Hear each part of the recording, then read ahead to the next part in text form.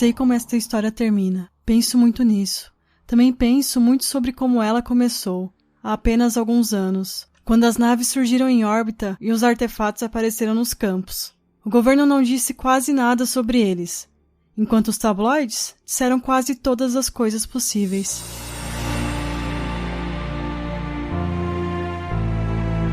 Eu sou o Gustavo Domingues, também conhecido como Rei Grifo. Eu sou a Thaís Prioli e você está ouvindo o podcast do Rei Grifo. E hoje nós estamos aqui para falar sobre a história da sua vida.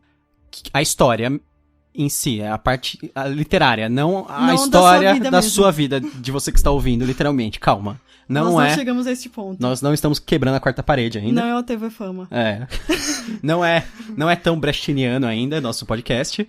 É sobre a história da sua vida, que é uma novela, na verdade, que está no livro A História da Sua Vida e Outros Contos, que tá errado, porque são novelas. A História da Sua Vida e Outros Contos, do autor Ted Chiang. Aqui no Brasil, essa coletânea saiu pela editora Intrínseca em 2016. É interessante porque esse livro ele foi publicado em 98 e uma antologia também. Ah, o livro não, né? Na verdade, a novela, né? A História da Sua Vida. Isso. Que é o segundo volume da antologia Starlight. Que é uma antologia de ficção científica que dá fruto a muitos contos e histórias que acabam ganhando prêmios, principalmente no Hugo e no Nebula. Tanto que... Essa ganhou um Hugo de melhor novela do ano 2000. Ah, legal. E, infelizmente, não ganhou o Oscar. Isso. A gente, além de ter lido a novela, a gente também aproveitou para reassistir, porque a gente já tinha assistido, o filme A Chegada, que é a adaptação cinematográfica dessa história. O filme foi feito em 2016, com direção do Denis Villeneuve, acho que é assim que se fala o nome dele. Pra quem não se lembra, é o mesmo diretor do Blade Runner, e que Sicário, e ele tá dirigindo a adaptação atual aí do Duna. Talvez você esteja ouvindo muito no futuro, já saiu o filme, não sei como vai ser, se vai ser bom ou não. Eu estou nervoso, porque Duna é o meu negócio predileto do mundo. Mas, ele fez, a gente acha pelo menos que ele fez um ótimo trabalho na adaptação. Olha o spoiler. Olha o spoiler. O filme, ele venceu um Oscar por melhor edição de som e ele concorreu a 7 outros Oscars, inclusive os que são considerados os principais prêmios, que são os de melhor filme e melhor diretor, que são os últimos dados em cada noite, né, da premiação da Academia. E a Amy Adams, ela concorreu ao Oscar e não ganhou de novo? Eu não lembro, acho que não, nesse. Ela concorre bastante, né, já. Ela é tipo o Leonardo DiCaprio feminino, ou o Leonardo DiCaprio é a Amy Adams masculina. Uma hora quando ela fizer um filme que ninguém liga, vão dar o Oscar pra ela. Eu acho problemático. Eu acho que foi meio que a mesma coisa que o Leonardo DiCaprio. Assim, apesar dele ter se matado pra fazer aquele filme, parece mais parece que na época do O Retorno, né? The Revenant. Eu não lembro.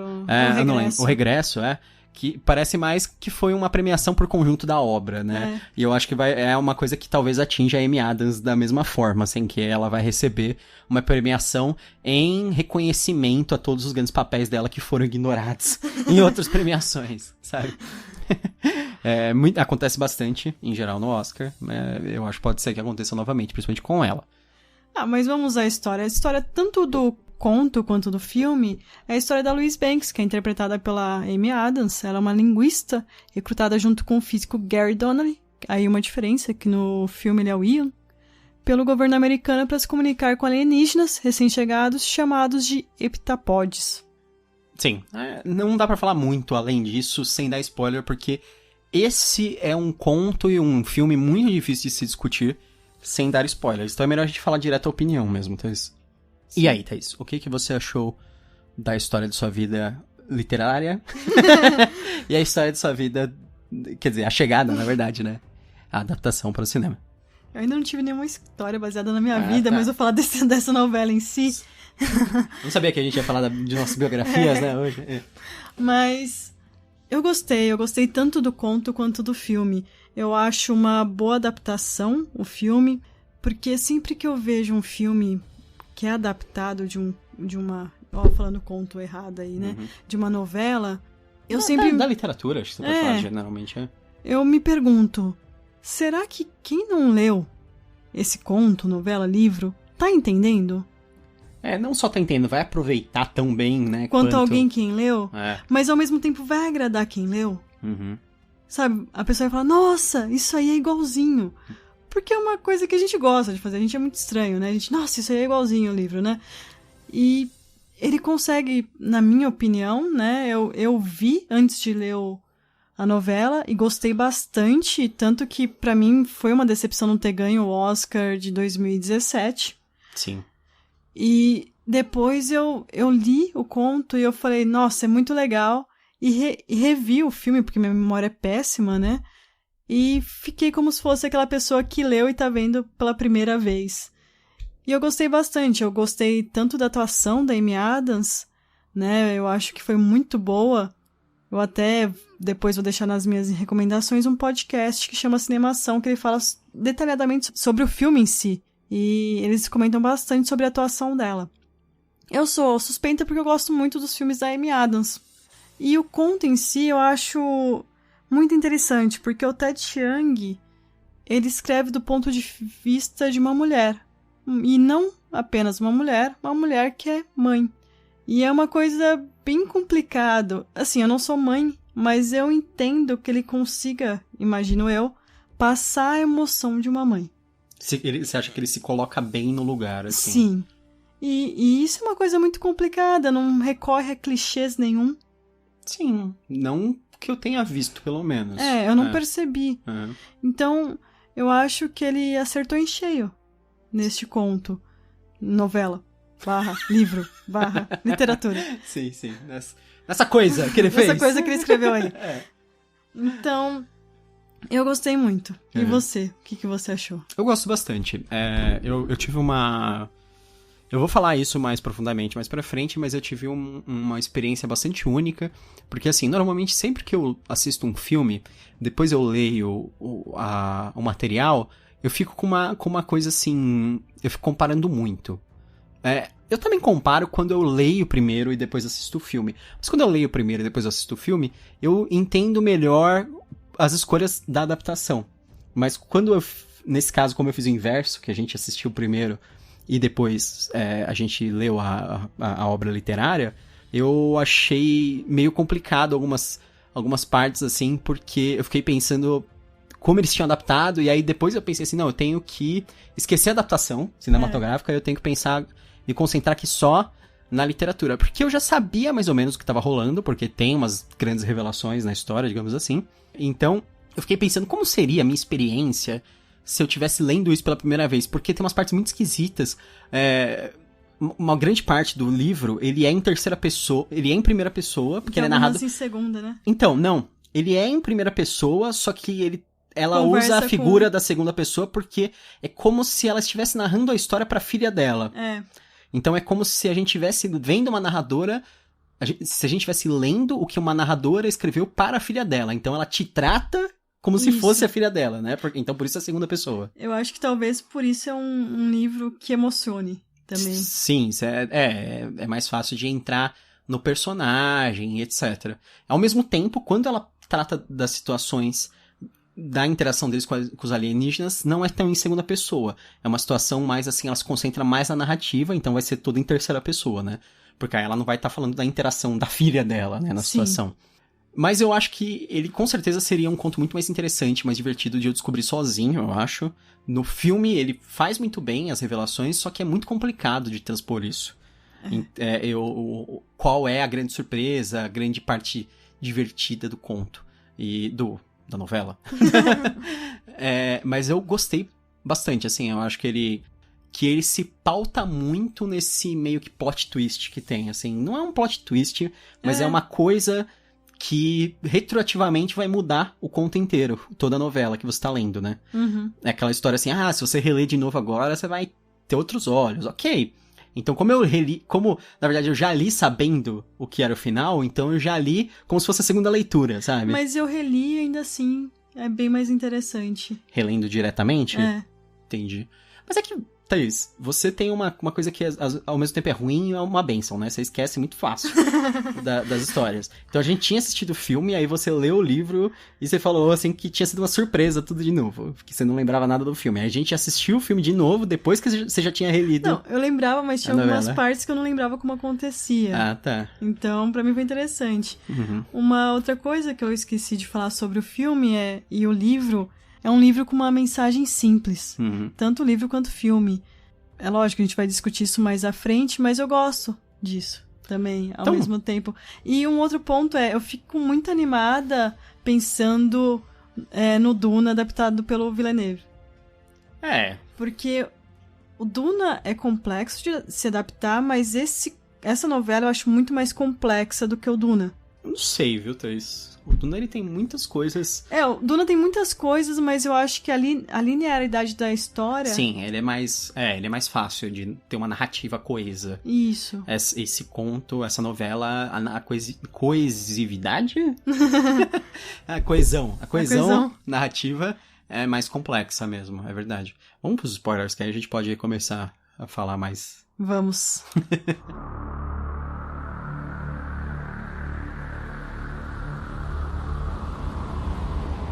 O agora é o único momento que você vai perceber. Vai viver no tempo presente. De muitas maneiras, é um estado invejável. Muito bem, na verdade, então, quais são as grandes revelações desse conto?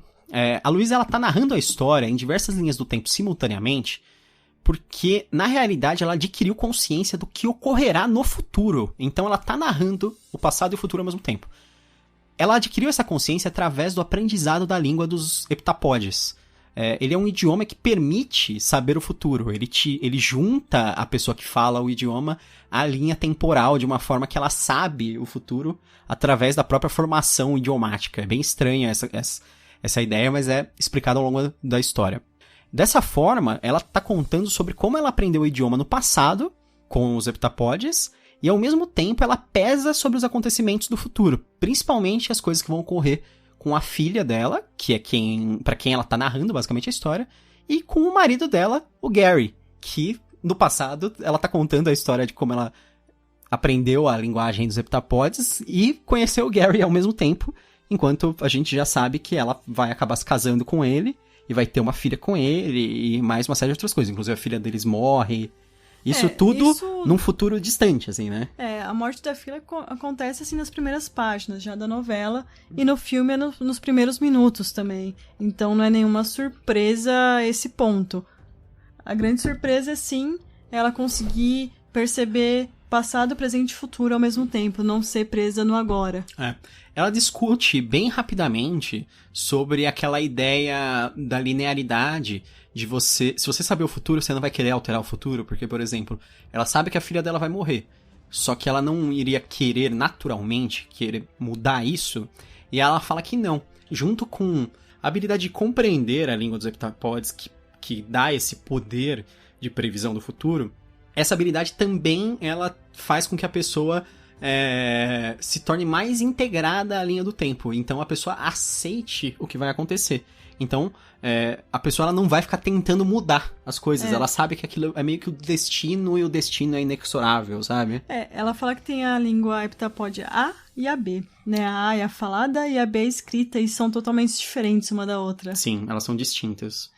Tem uma parte que ela fala assim, mas será que não é estranho, né? Você ter duas maneiras diferentes? Ou será que eles acham a gente muito restrito?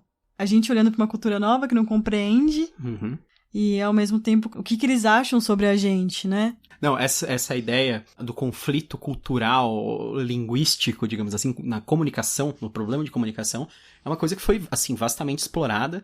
Tem até alguns autores que escrevem exclusivamente dentro desse tema. O Ted Chiang acho que não é. O Ted Chiang é um cara meio Black Mirror, meio... E se acontecesse isso? E se acontecesse aquilo? Sabe? Umas coisas assim. Agora tem gente que é bem focado nisso. E eu acho uma das coisas mais interessantes, porque assim, enquanto normalmente a gente vê, às vezes, quando a gente quer falar de ação e essas coisas, a gente fala no conflito, no encontro entre raças como conflito de interesses, inclusive existe essa história em segundo plano aqui, né? Eu acho que, na verdade, um encontro entre raças inteligentes seria um problema de comunicação, a princípio. Porque é isso que a gente aprendeu com a história das navegações, sabe? Da colonização, que era inicialmente um conflito de comunicação e depois que vinha o conflito cultural. E tanto no livro quanto no filme, ela dá um exemplo, não se sabe se é uma história real, que é sobre os ingleses chegando na Austrália e perguntando qual o nome do canguru. Eles perguntaram pros aborígenes qual era o nome daquele bicho que pulava ali. Aí eles falaram canguru, que provavelmente queria dizer, eu não estou te entendendo. Segundo a historinha seria isso, né? Mas eles acharam que era o nome do bicho. Tem uma história, eu não sei se é verdade também, parecida sobre isso com os espanhóis e os astecas, eu não lembro. Eu não sei se é Tenochtitlan, mas tipo, que os caras conheciam uma cidade grande lá dos astecas, e eles achavam que era Tenochtitlan, e na verdade depois descobriram que Tenochtitlan significava eu não falo sua língua, sabe? Não adianta você ficar me perguntando uma coisa que eu não entendo, que é tipo, qual é o nome da cidade? Qual é o nome da cidade? E aí o cara, Tenochtitlan. Uma coisa interessante, um outro problema desse conflito da linearidade, que ela fala assim, de você saber o que vai acontecer e ter o poder de mudança disso, foi uma coisa que eles mudaram no filme. Então, o modo que a filha dela morre. Porque no livro, ela morre num acidente na montanha. Isso. Numa escalada. E no filme, ela morre de câncer. Que é uma coisa que ela não poderia... Sim, acho que eles mudaram isso pra ser uma coisa, assim, mais imutável mesmo, assim, pra ser uma coisa muito mais difícil dela conseguir influenciar. Mas outra coisa que eles falam também é que no filme eles falam que o divórcio dela com o marido teria sido motivado pelo fato dela ter contado pra ele que a filha iria morrer. Isso. Mas no livro não tem nada disso, né? Não fala o porquê, né? Que eu acho estranho. Eu acho que ela não teria contado se ela tem esse respeito pela linearidade das coisas acontecendo, sabe? Chegou até a discutir sobre livre-arbítrio. Sim. Porque se você... que eles chamam de o livro das eras, né? Se você começa a ler o livro das eras e você sabe o que vai acontecer, você não teria... Não mudaria isso? Você não seria capaz disso? Mas a maneira que eles concebem o futuro é diferente, que é o que você falou. A própria compreensão... O próprio poder que faz com que você veja o futuro faz com que você compreenda e aceite ele, digamos assim, né? Você entenda que aquilo faz parte da linha do tempo e você não fique tentando bagunçar. Então você se torna, ao mesmo tempo, um vidente, mas um guardião do tempo. Pra não falar que o filme não teve um problema, ele teve um probleminha, sim, que o trailer do filme não tinha nada a ver com o filme quando você ia ver. Parecia um filme de ação, mais um filme de ficção científica de ação. Filme de invasão alienígena, né? Os caras pegando arma. Aí quando você chega lá, você vê... acho que é um filme sobre tradução. Pra mim foi ótimo, mas eu imagino quantas pessoas foram ver com uma expectativa errada. Ficaram decepcionadas, né? Porque ele é um filme sobre tradução. Tradução é um negócio bem complicado, viu? Fazer um filme que vai concorrer ao Oscar. Não, mas eu acho o filme legal pra caramba. Eu acho também o conto muito legal. Eu acho muito bom essas explorações bem diferentes, assim. Se eu quisesse ver uma história de ação, eu lia Tropas Estelares de novo, sei lá. Uma coisa que eu ouvi nesse mesmo podcast de Semação e que eu concordo meio polêmico isso que eu vou falar, mas A Chegada é o que o Interestelar queria ser. Ah, sim, definitivamente. Principalmente essa parte emocional. Sim. Tanto o conto tem essa parte que é... Você se relaciona, ela é uma mãe... Eu não sou mãe, mas eu me relaciono. Ela é uma mãe que vai perder a filha e ela sabe disso. O Interestelar, ele, em comparação, ele é um filme, assim, que ele trata, eu acho, os consumidores dele, as pessoas que estão assistindo como idiotas, porque ele explica as coisas o tempo todo como se você não fosse capaz de entender. E a outra coisa é que ele tem uma parte emocional muito, muito, muito embolada, clichê e bobinha. Ao contrário da Chegada, que você só entende essa parte emocional quando você entende meio que o plot twist do filme. Porque você fica o tempo todo durante a história pensando que ela tá pensando no passado. Puxa, enquanto ela tá trabalhando com esses aliens, ela fica pensando na filha dela que morreu no passado. Mas não, ela não tá pensando na filha dela que morreu no passado. Ela tá pensando na filha dela... Ela tá tendo revelações da filha dela que vai morrer no futuro. E ela vai ter essa filha, é lógico. Porque você pensa, se você tivesse opção de não ter. Que até como ela termina o conto, que é que o Gary pergunta, e aí, vamos fazer um bebê? Ela fala, sim. Se você soubesse que ia acontecer, você negaria? Eu não negaria. Não. Porque a experiência... Não, mas é a velha máxima. O melhor amar e ter perdido do que nunca ter amado. Exatamente. Então, que é meio que isso, da experiência. Ela ia jogar fora, então, 25 anos de felicidade com a filha dela, porque a filha dela ia morrer com 25 anos, por exemplo. Não. Então.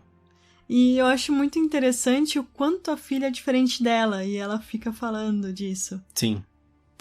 Essas interlocuções acontecem entre um capítulo e outro, dela falando sobre a filha, sobre a relação delas, né?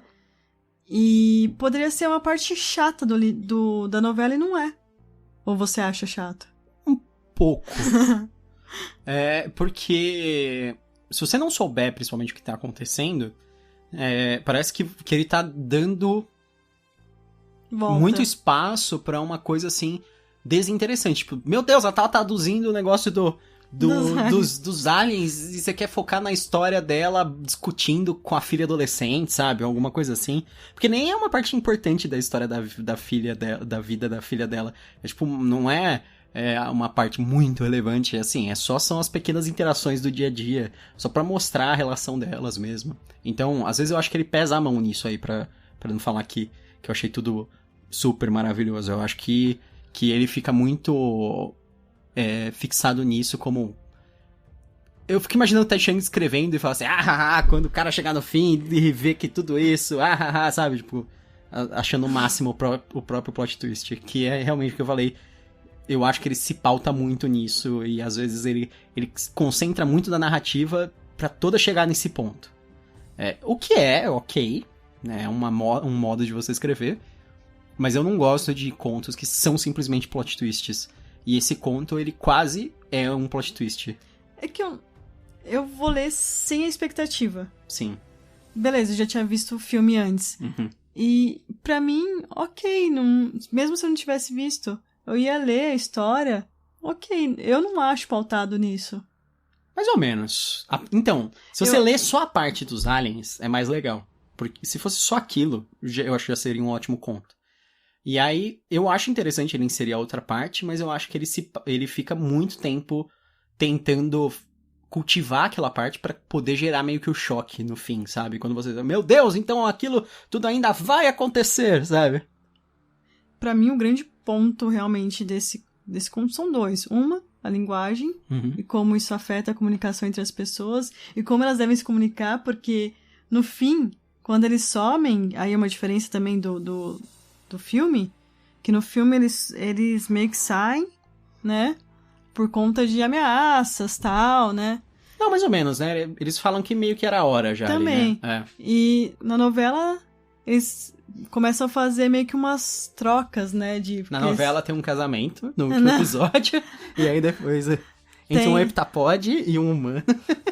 Ia ser interessante. Mas não, eles começam a fazer trocas de presentes, que eles chamam, né? Que é, os humanos oferecem uma coisa e eles outras. E nessa última troca eles dão uma informação, né? De uma fórmula física. E essa fórmula física, na verdade, nada mais é do que uma fórmula física que eles tinham feito no Japão alguns dias antes. Meio que falando, olha só, por que vocês não se comunicam? Que é um novo elemento. Sim.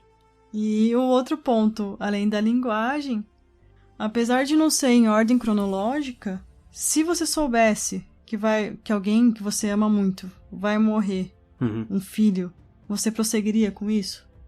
E um outro ponto também que eu achei em relação ao filme e à novela, é que na novela... eu acho que tem um toque de humor, às vezes. No filme, você não tem. Aonde? Tem algumas passagens, principalmente quando ela tá interagindo com os militares, em que ela é bem sarcástica. Apesar de eu achar que ele ser meio...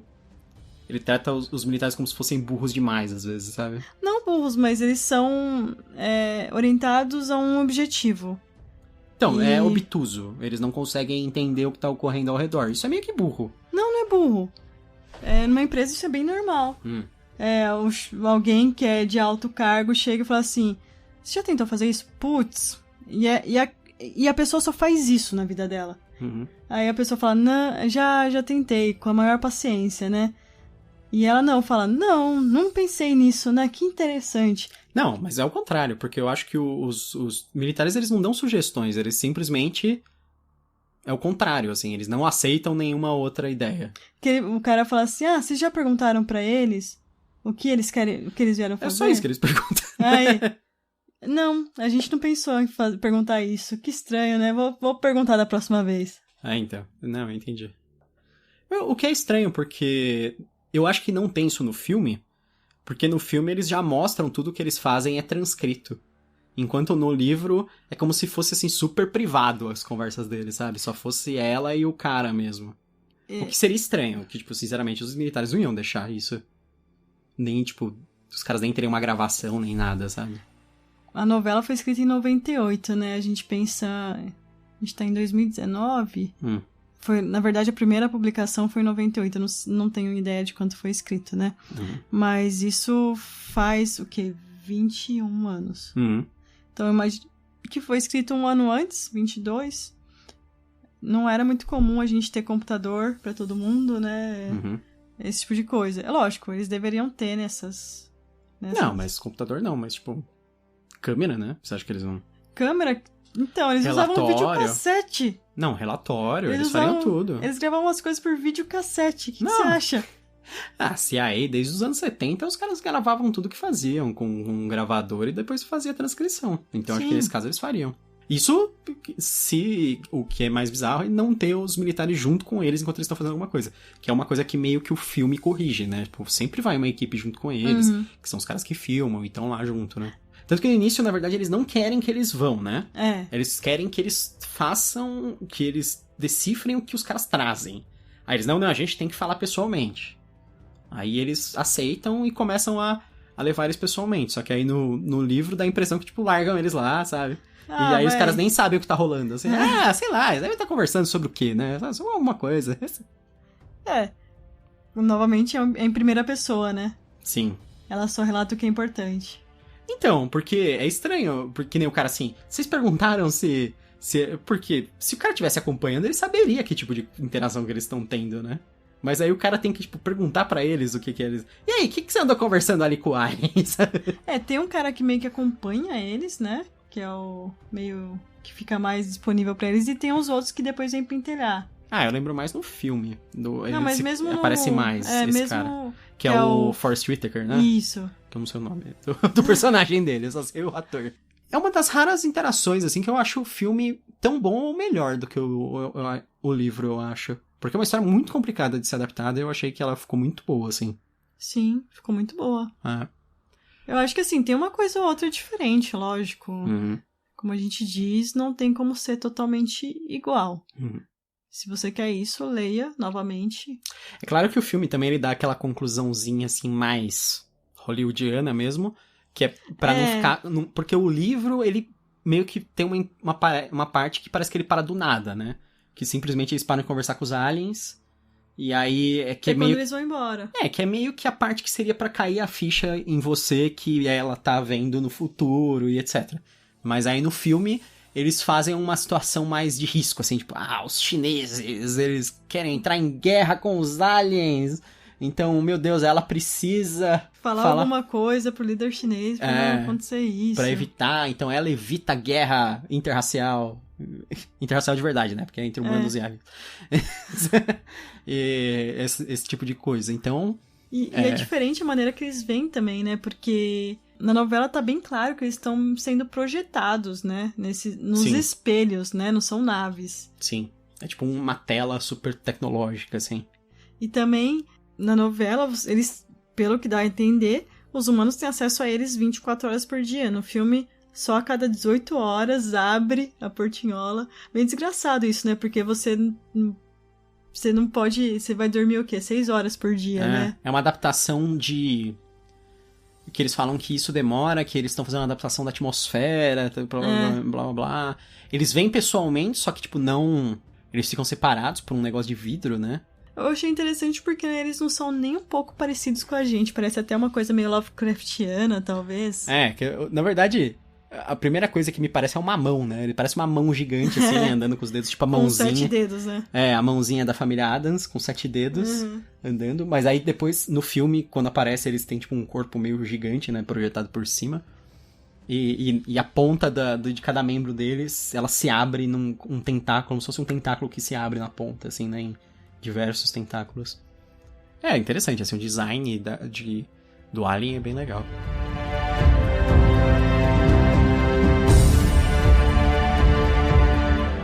No fim, daqui a muitos anos estarei sem seu pai e sem você. Tudo que vai me restar deste momento é a língua heptapode. Por isso presto muita atenção e anoto cada detalhe.